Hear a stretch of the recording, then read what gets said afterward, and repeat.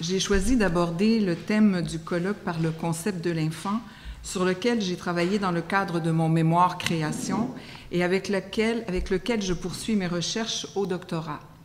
L'enfant possède des liens de ressemblance et de résonance réels avec la limite et le liminaire, entendu comme ce qui est placé au début, sur le seuil, et avec la liminarité, entendue comme position intermédiaire entre deux situations ou l'ouverture entre deux états. Par la poétique de l'enfant, c'est-à-dire par le faire, par la fabrication d'une œuvre, je veux montrer que l'œuvre liée à l'enfant appelle pour son expression l'énonciation poétique. Le besoin de poésie s'inscrit-il dans la nécessité de penser quelque chose? La parole poétique s'exprime-t-elle à partir d'un manque à dire, d'un bouleversement muet, ressenti originairement? Tourne-t-elle autour d'une énigme que la chair a bu et absorbée? Ce sont mes questions. Pour ma présentation, je vais d'abord définir et décrire le concept de l'enfant, détailler ses caractéristiques, comme si nous visitions le territoire de la limite, pour ensuite montrer en quoi cet état, tel qu'il est vécu, appelle l'énonciation poétique. Je propose de voir ce qui, par-delà les effets de surface, agit du plus profond et appelle la genèse de l'œuvre. Étymologiquement, l'enfant est celui ou celle qui ne parle pas, celui ou celle qui est sans parole. Nous pouvons l'imaginer tel un corps de sensations, d'affects, en amont du langage, des mots et des représentations. Avant de percevoir le monde, de le nommer, nous l'éprouvons, nous le ressentons, nous le respirons, nous le goûtons. La figure de l'enfant renvoie à deux états.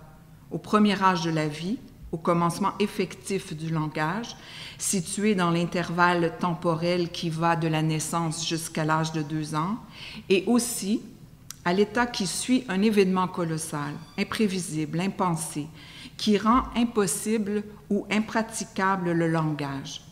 Lorsque le sujet ne peut pas se représenter ce qui lui arrive, lorsqu'il ne dispose pas de concept pour saisir la réalité, il retrouve les caractéristiques de l'enfant. Il est ramené à la limite du langage. J'entends par événement ce qui surgit brusquement et tranche l'ordre du monde. L'événement entre en scène comme un pur instant, qui déchire la trame du monde connu. Hors de portée de l'intentionnalité et du projet, il est subi. Il appartient à la sphère de l'impensé et de l'impensable. Pour Gilles Deleuze, l'événement introduit, je le cite, un changement dans l'ordre du sens et une coupure telle que le temps s'interrompt pour reprendre sur un autre plan. Fin de la citation. L'événement échappe donc à la répétition et rompt le déroulement prévisible des jours. Le sujet s'y retrouve sans repère, sans représentation de ce qui lui arrive. Si nous pensons le monde comme une trajectoire de lecture composée de formes et de figures à lire et à déchiffrer, l'événement jette sur la carte du monde des signes étranges, illisibles. L'événement brouille la lecture du monde et ouvre un espace inintelligible, un espace blanc. L'angoisse blanche est d'ailleurs la forme principale de l'angoisse rencontrée dans la clinique contemporaine. S'y retrouvent les difficultés de représentation, le blanc de l'affect, l'irreprésentable et l'innommable. L'événement subjugue et peut ainsi exercer à l'insu du sujet une véritable fascination, une force d'attraction négative, d'où l'importance de l'énonciation qui permet d'instaurer une distance entre le sujet et l'événement. Ainsi, après l'événement, le sujet se tient au commencement du langage. L'événement instaure un monde inouï qui nécessite une nouvelle manière d'être au monde. L'enfant se tient sur ce seuil. Pour le philosophe phénoménologue Renaud Barbaras, l'essence de l'événement est précisément d'ouvrir un lieu. Il écrit, je le cite, « Avoir lieu et avoir un lieu signifie la même chose. » Tout se passe comme si chaque nouvel état du monde déployait un espace qui demandait à être parcouru. Ainsi, cet événement qui s'impose comme incontournable et qui exige d'être symbolisé et mis en évidence par les mots engage un processus de subjectivation. La subjectivation, telle que l'entend Michel Foucault, renvoie aux techniques et technologies du rapport à soi. Le suffixe « vation » implique une élaboration, une énonciation, un travail de construction dans cette distance de soi par rapport à soi pour retrouver un sentiment d'appartenance à son vécu et à son monde. Renaud Barbara écrit, je le cite, « C'est bien l'appartenance au monde, à la chair du monde qui conditionne l'émergence de la subjectivité elle-même. » L'état de l'enfant ne se définit pas seulement par un privatif langagier, être sans parole, puisque son corps est dit esthétique, c'est-à-dire qu'il est donné au régime de la sensation, du sensible et de l'affectif. Henri Maldiné nomme ce temps pathique. Il l'établit sous la prédominance du sentir. Les choses y sont éprouvées, senties et non pas conçues. Ainsi, le sentir se voit doté d'une réceptivité pure, ne visant ni ne projetant rien. Sentir, c'est être en présence. L'enfant est donc en présence, en deçà des formes pensées et utiles. Une autre particularité de cet instant est de se situer hors de la distinction du sujet et de l'objet. Les choses sont ressenties confusément dans un état indistinct. L'expérience de l'enfant s'apparente à un ressenti global, comme si le sujet se trouvait dilaté aux dimensions du monde. Henri Bergson précise, je le cite, « La perception, à l'état pur, ne va pas de mon corps aux autres corps, elle est dans l'ensemble des corps d'abord, puis peu à peu se limite et adopte mon corps pour centre. » Fin de la citation. En fait, au commencement, tout est éprouvé comme une seule chair. L'enfant éprouve l'autre comme à l'intérieur de lui. L'autre est un objet interne, trouvé et créé. Dans cet état, la réversibilité du corps, c'est-à-dire être sentant, senti pour Maurice Merleau-Ponty, devient être touchant, touché. Dans l'événement, la réversibilité s'exprime aussi par être choquant, choqué, être frappant, frappé. Jean-François Lyotard parle du temps originaire comme du premier espace-temps de la touche. Je le cite, « L'esthétique concerne cette touche première qui m'a touché quand je n'étais pas là. Le fait d'y être, avant d'y être. » Il la nomme la condition native. Jean-François Lyotard précise, positionné avant la pensée, le corps charnel est en toute première instance le sujet d'un avant-soi. Ainsi, le corps de l'enfant éprouve le monde avant de le comprendre, avant de le nommer, avant même d'y être. L'enfant est né à sa chair avant que ne s'éveille dans le sujet la conscience intime du temps, le corps qui demeure en toute occasion réceptif, toujours déjà disposé à ce qui arrive. Donc, ici, une grande citation de Jean-François Lyotard. Être esthétiquement, c'est être là, ici et maintenant, exposé dans l'espace-temps et à l'espace-temps d'un quelque chose qui touche, avant tout concept et même toute représentation. Cet avant, évidemment, on ne le connaît pas, puisqu'il y est avant qu'on y soit. Il est comme la naissance et l'enfance qui y sont avant qu'on y soit. De plus, Henri Maldiné affirme que le vécu pathique est toujours éprouvé avec une certaine tonalité affective. Par exemple, l'enfant éprouve la luminosité comme une joie, la chute et l'assombrissement comme effroi ou tristesse. Le corps de l'enfant, tel une matière tendre et poreuse, reçoit, boit, absorbe les empreintes qui le touchent. Il garde en mémoire les affects éprouvés. Les sensations imprègnent profondément sa chair et sa psyché.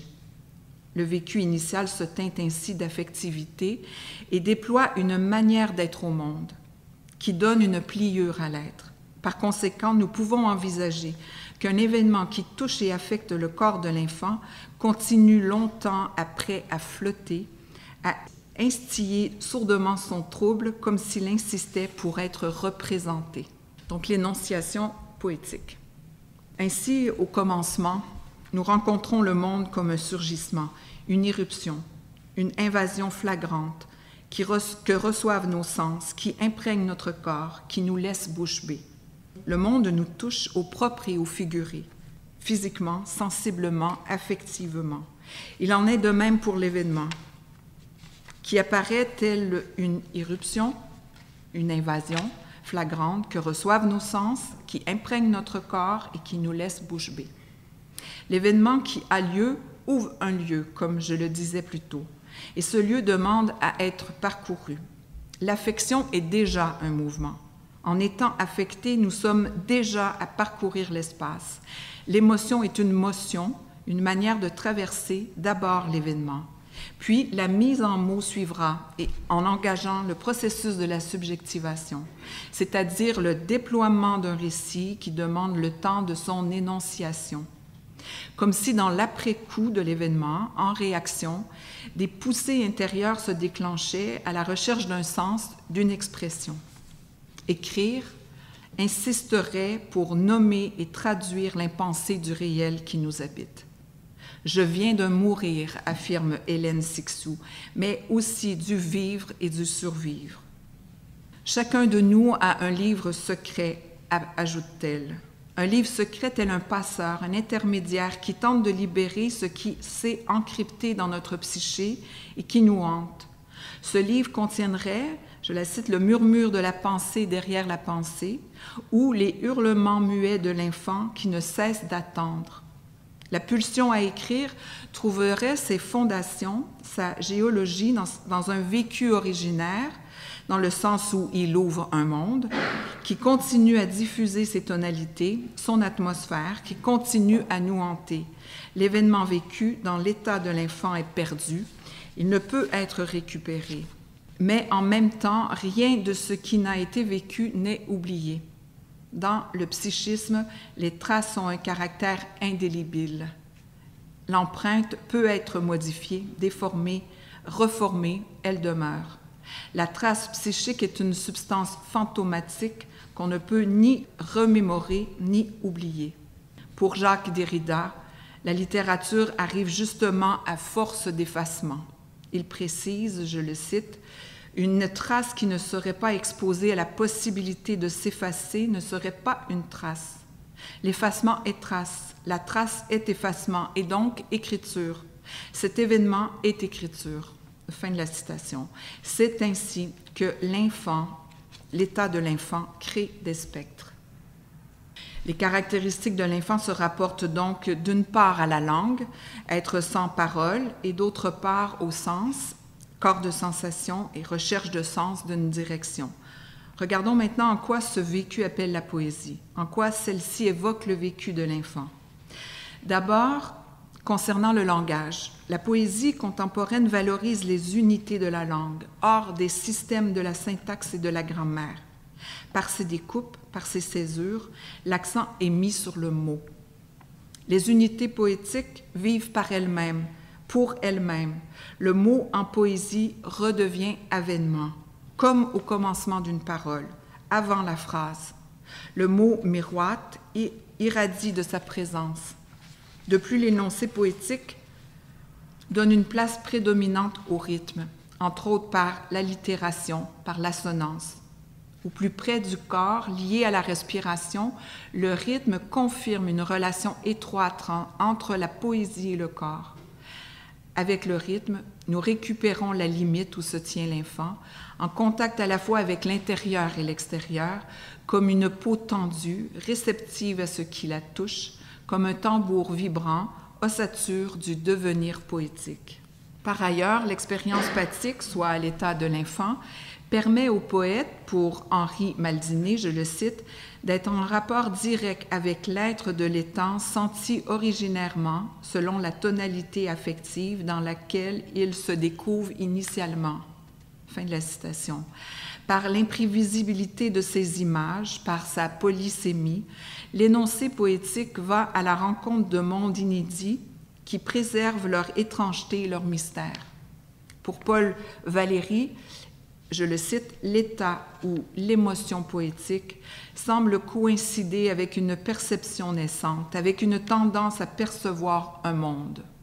Fin de la citation. La poésie permet le renouvellement de la surprise, que les choses nous font de venir à nous et d'exister. C'est là l'état premier, originel, selon Henri Malziné. L'énoncé poétique plonge donc dans le non-savoir, dans le vide de signification, pour s'installer dans le sens, à la recherche d'un sens et d'une unité. De plus, l'état poétique n'est pas un état subjectif, clos sur soi, mais résonne dans l'espace d'une mémoire infinie. Abordant l'impersonnel, l'universel, l'expression poétique permet d'exprimer la paraître du monde et l'expérience esthétique telle que vécue dans l'état de l'enfant. En tant qu'être phénoménalisant, nous faisons tous apparaître des mondes. À la lisière du sentir et du penser, l'écriture poétique résonne intimement avec la sensibilité de l'enfant, ce qui permet de récupérer des résidus d'une origine constitutive. Le poète part d'une impulsion informe, cherche dans une mémoire qui est à la fois la sienne et celle de la langue, une image qui la figure et qu'il doit transformer en parole. La parole acquiert ainsi un corps et une âme.